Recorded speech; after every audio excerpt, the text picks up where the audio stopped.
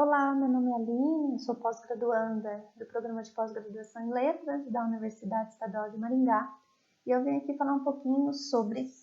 as minhas vivências e o meu percurso até este momento atual, que é o momento de finalização da minha tese. Eu sou formada na UEM, no curso de Letras Português e Inglês, e logo após que eu terminei a minha graduação, eu ingressei no mestrado na área de Linguística, na linha do texto e do discurso. E depois que eu finalizei o meu mestrado, eu estive no mercado de trabalho, ministrando a disciplina de língua portuguesa em diversos cursos de graduação. Porém, ao ser convocada num concurso público no interior do estado do Rio Grande do Norte, a mudança geográfica do norte do Paraná do interior do sertão nordestino movimentou a minha vida acadêmica, a minha vida pessoal e também uma mudança na temática da minha pesquisa, que hoje se intitula O Mundo Acadêmico é Bem Diferente do que Pensamos, Ideologias de Linguagem e Práticas de Letramento Acadêmico em um curso de letras no interior potiguar. Então, as vivências no locus de pesquisa, seja dentro da universidade, seja fora da universidade, me causaram algumas familiaridades e também alguns estranhamentos. Eu sempre sou designada ou me referida como a gaúcha, a galega, né? A pessoa que fala certo, que fala bonito, que já nasceu pronta. E esses tensionamentos aconteciam na minha sala de aula, em específico, no primeiro período do curso de letras, em 2019, na disciplina de produção de texto, a qual ministrava. Os meus alunos tensionavam ideologias de linguagem que no momento eu estava tentando entender o que estava acontecendo, tanto em relação à minha identidade de sulista,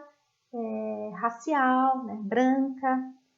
e também de classe social, com as identidades que eles estavam negociando naqueles momentos. Então, os tensionamentos vivenciados dentro e fora da universidade me fizeram compreender o que estava acontecendo ali, principalmente na sala de aula, também quando os alunos relatavam que não sabiam escrever, ou que escrever na universidade era muito difícil, que nunca tinham lido textos iguais ao da universidade. Então, a minha tese tem como objetivo explicar como as ideologias de linguagem elas são co-construídas em práticas de letramento acadêmico. É uma narrativa etnográfica em que a estrutura canônica da tese não fez sentido nas minhas escritas, então é uma tese escrita em primeira pessoa do singular, em que em todos os capítulos há narrativa etnográfica, teoria e análise. E, especificamente, eu gerei dados na sala de aula, registros de interação em diário de campo, em 3 aulas sobre a resenha acadêmica e também sobre as temáticas da resenha acadêmica. Os participantes responderam a questionários, produziram 2 resenhas, uma de um filme, Narradores de Javé, uma produção fílmica brasileira, e outra resenha de um capítulo de livro da Virgínia Zavala, uma resenha propriamente acadêmica, e os participantes da pesquisa também responderam a questionários e fizeram uma autobiografia, uma narrativa autobiográfica.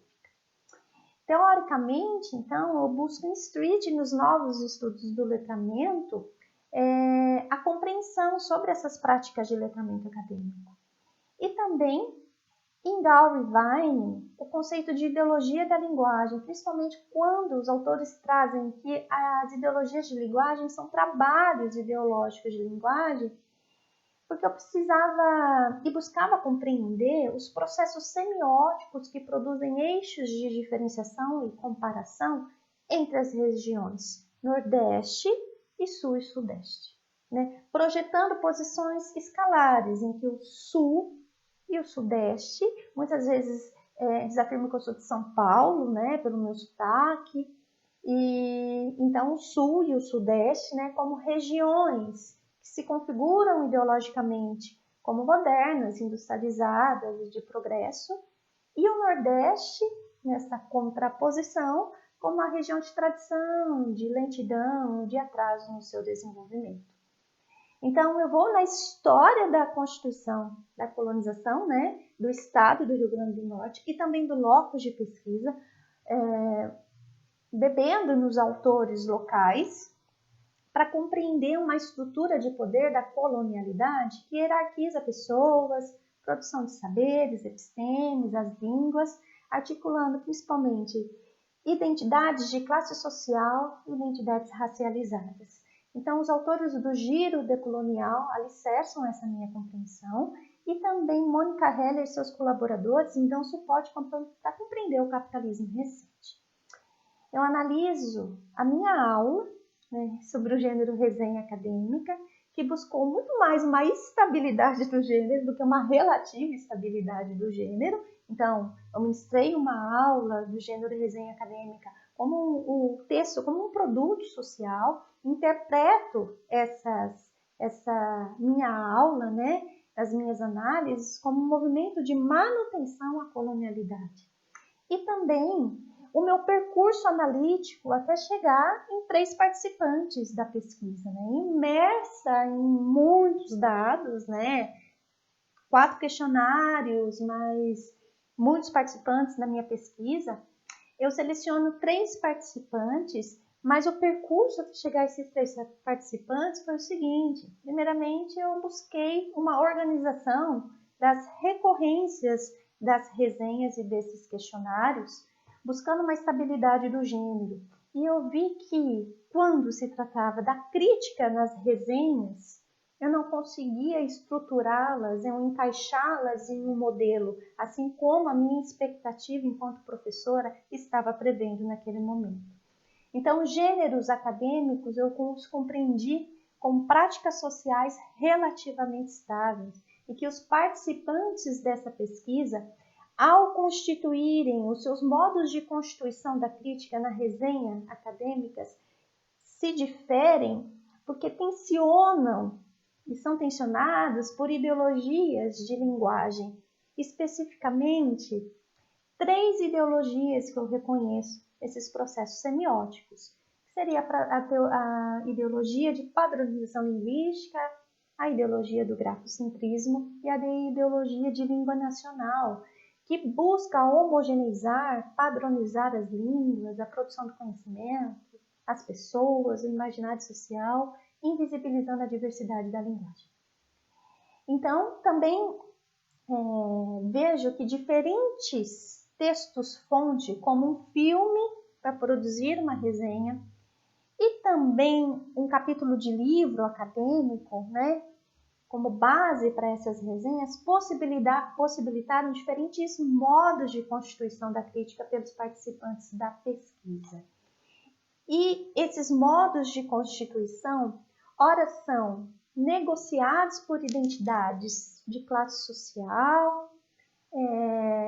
e também identidades que se configuram no espaço geográfico, social e cultural nordestino, uma vez que o filme Narradores de Javé também é filmado no sertão nordestino. Então, em termos de contribuição dessa pesquisa, né, a gente tem esperança, né, de contribuir para os estudos decoloniais, para os estudos do letramento, por analisar uma prática de letramento local, situada, né, e também, pessoalmente, nas minhas práticas docentes, em que eu reavalio, né, a minha postura enquanto professora e a minha formação, né, que mobilizou um modelo de produção de conhecimento hegemônico, né, nessa identidade social branca, né, nessa identidade de classe média do sul do país, que foi muito tensionada nesse contexto, no locus de pesquisa. É isso.